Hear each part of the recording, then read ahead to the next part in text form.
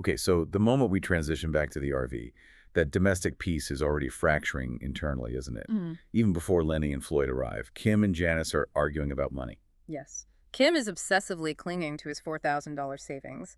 He keeps insisting they've earned the right to months of solitude. Janice, though, she seems to have a clearer view of their finite resources. She knows they need to find work eventually, right? Hmm. In a nearby town, or maybe even sell the RV. Exactly.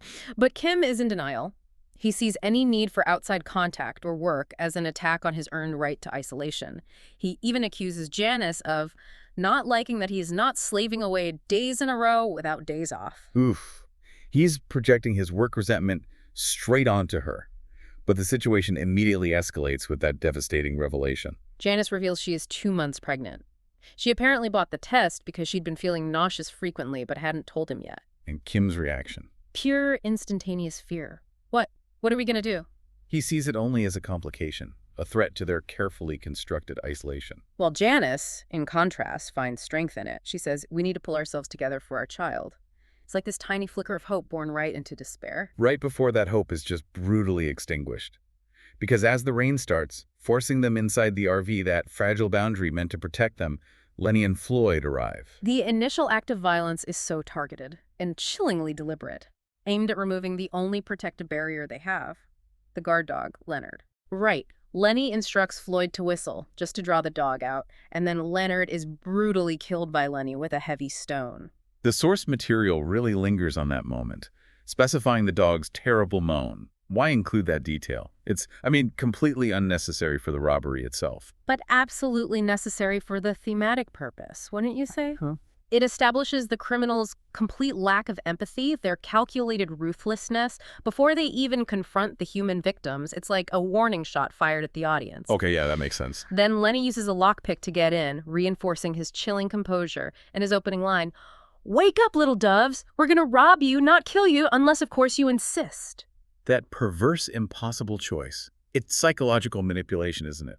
The predator knows his sheer presence is a threat far greater than any physical weapon at that point. Exactly, and the confrontation escalates incredibly rapidly. Kim's hands are bound, he's forced to the floor. And then Floyd, the previously incompetent, cowardly failure, he finds this new, horrific outlet for his aggression. He asks Lenny, "What was it?" Floyd, desperate to prove himself, asks, "Can I quickly F her?" Initially, Lenny screams at him to shut up, trying to maintain that veneer of control. Okay. When Kim attempts some defiance, resistance about the money, Lenny gives this tragic, cold permission. Start, Floyd. The pragmatist just Yeah. allows the depravity. And at this absolute peak of cruelty, Kim screams the truth. He makes this desperate plea, maybe believing it might appeal to some tiny sliver of humanity left in them. "Please stop, she's pregnant." And Floyd's response. Okay. It's arguably the most disturbing line in the entire script. It's the complete crystallization of Aaron's concept of depravity taking root. Floyd yells, "That's doubly awesome." Oh, God. It's the utter dehumanizing joy in compounding the crime and destroying not just a life, but an entire future legacy. This is the moral corruption Aaron wrote about, absolute and without reservation. But Janice, she resists. In a final act of human defiance, she strikes Floyd on the side of his head with a table lamp, a desperate act of courage. But that courage is immediately savagely punished. Floyd, enraged by the injury and the resistance, instantly strangles her. He curses her lifeless body as a fing whore. The crime is just complete. Violent, quick, emotionally devastating, leaving Kim bound, helpless, horrified. And the final moments belong to Lenny. He holds the gun pointed at Kim. The sound of the shot is implied by the black screen that follows, and delivers that concluding, darkly ironic assessment. "You had choice, son. I didn't want it to end this way." The entire tragedy, born from Aaron's pen, is just this relentless narrative designed to inflict maximum thematic and emotional pain. The mirror of depravity has been fully polished, you could say. The abrupt return to Aaron's reality, then, snapping us out of that fictional horror right back into his kitchen, that feels really intentional. Oh, definitely. The script forces you, the listener, to carry the emotional weight of Kim and Janice's death right into Aaron's domestic setting. Aaron has just brought his typewriter up from the basement. And he is immediately confronted by his wife, Anais. And she doesn't critique his deadline or his work schedule, does she? She critiques the nature of his writing, specifically Mr. Chapiteau. Anais acts as the clear-eyed, critical conscience. She sees beyond the mask Aaron's trying to wear. Her critique is devastating because it's so personal, so psychological. She says she feels endlessly lost after reading the book, suggesting that the darkness of the text actually permeates their shared life. Yeah, and she accuses Aaron directly of using his books to conceal an internal monster and to transfer his negative energy, hiding something very deeply embedded in you. She's using psychological language projection, transference, to describe his creative process as basically toxic. Which forces Aaron onto the defensive, naturally. He attacks Anais, arguing the book was just practical, a way of swapping ends meet. He accuses her of hindering his work by questioning him. It's such an aggressive pivot, turning her genuine concern into like a professional impediment. And the immediate collateral damage is their daughter, Evelyn. She witnesses this rapidly escalating argument and asks if they were fighting. Which triggers the guilt cycle immediately.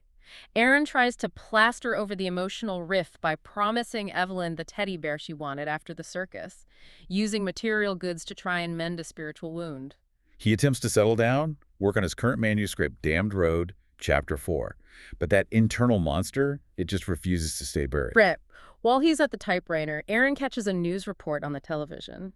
The execution of John Wayne Gacy, the notorious killer clown. That is such a crucial, specific detail. It really is. And Aaron's immediate forceful reaction is to press a red button on the remote and shut the broadcast off.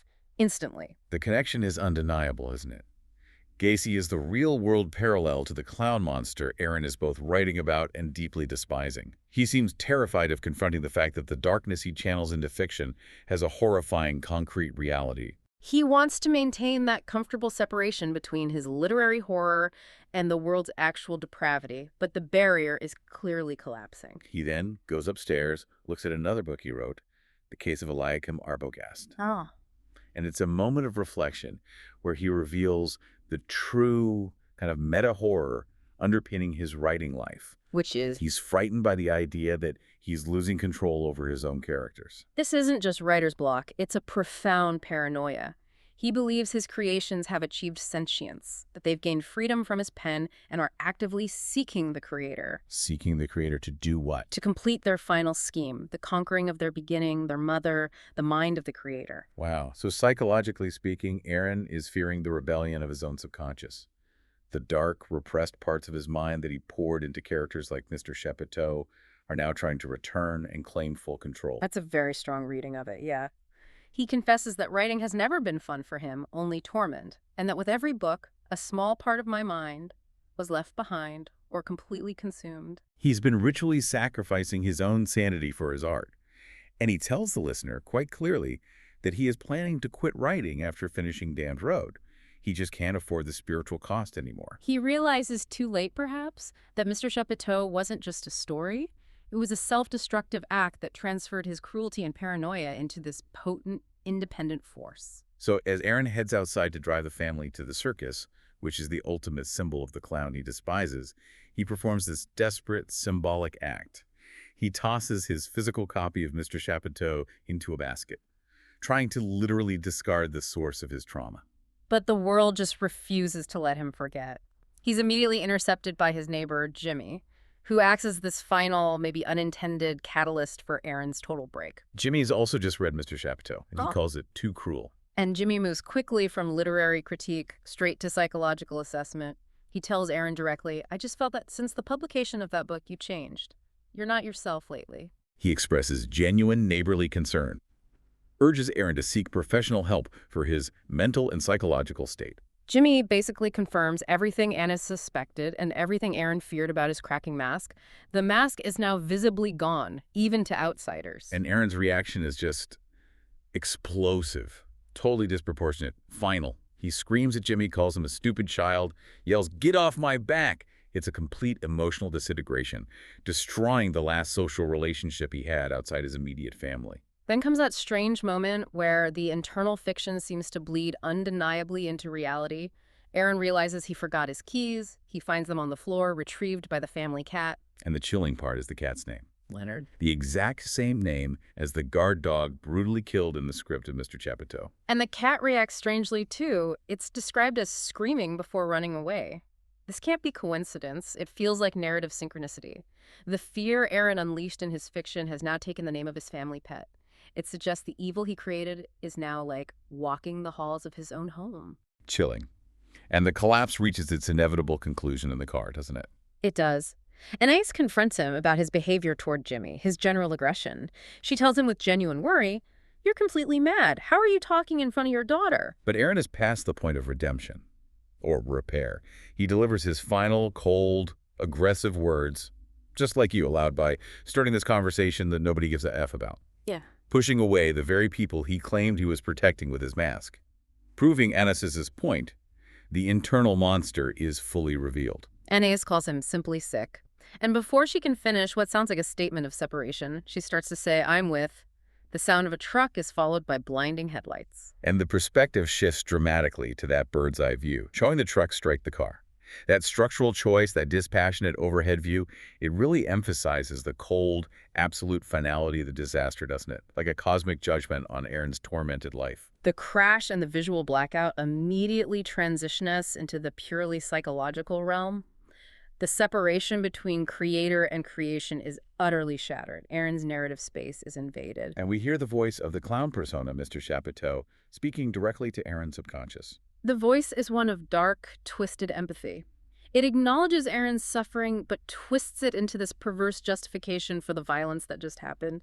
It says, "I understand your torment, brother. So many years of torture with those insolent, persistent bitches." Which confirms Anas's greatest fear. Right. The monster Aaron tried to hide was real, and it viewed his family as an obstacle. The creation has consumed the creator. The persona declares, "Don't worry, it's all behind you. They won't bother you anymore, and they won't bother me." The psychological prison Aaron built to contain his darkness has now become the permanent residence of the darkness itself. And the show concludes with this terrifying, almost theatrical curtain call. Following the black screen and a gift box hotspot, implying this trauma is somehow a gift to the clown, we get Mr. Chapiteau's grand introduction. Announced to this imaginary, infernal audience, "Ladies and gentlemen, boys and girls, pregnant and barren, greet him straight from the deepest depths of the inflamed and plague-stricken, completely deranged, sick mind. His nothingness, Mr. Chapiteau." The clown isn't just a monster. He is Aaron's nothingness. The void left behind when his mind was entirely consumed by the tormented fiction he created. The brutal story of Kim and Janice was the required sacrifice, wasn't it? The blueprint for the destruction of Aaron's real life, allowing this entity to break free. If we connect this back to the overarching theme of the mirror, the tragic story of Kim served as the doubled mirror for Aaron's life. He created this horrific scene of domestic failure and violent death fueled by paranoia. Only to have his own domestic stability shatter via violence immediately afterward. His deep-seated fear of depravity and the collapse of identity manifested first in fiction, and then violently claimed him, the author, when his life reached its breaking point on May 10, 1994. So what does it all mean? The tragic story of Kim served as a violent mirror for Aaron's life. But when that mirror finally shattered in the accident, which side was the true reflection? Was Aaron the primary victim? Or was he merely the fragile vessel that enabled the true monster, this entity known as Mr. Chapiteau, to finally be born into the world? The final image is just the terrifying face of the clown laughing, issuing that ultimate, ominous promise to the now imprisoned author. "Don't rush anywhere, Aaron. We still have a very long ride together." And on that sinister note of a long shared road, we should recall that the source suggested the case of Eliakim Arbogast was another book that nearly drained Aaron entirely. Given the absolute victory of Mr. Chapiteau in Act 1, what role might Eliakim Arbogast or maybe Aaron's other failed creations play as they join the clown on that long road ahead? It suggests a future where Aaron's consciousness becomes this battlefield, populated entirely by his own abandoned, malevolent creations. Something for you to mull over, perhaps, as you reflect on the danger of pouring your deepest fears into your art.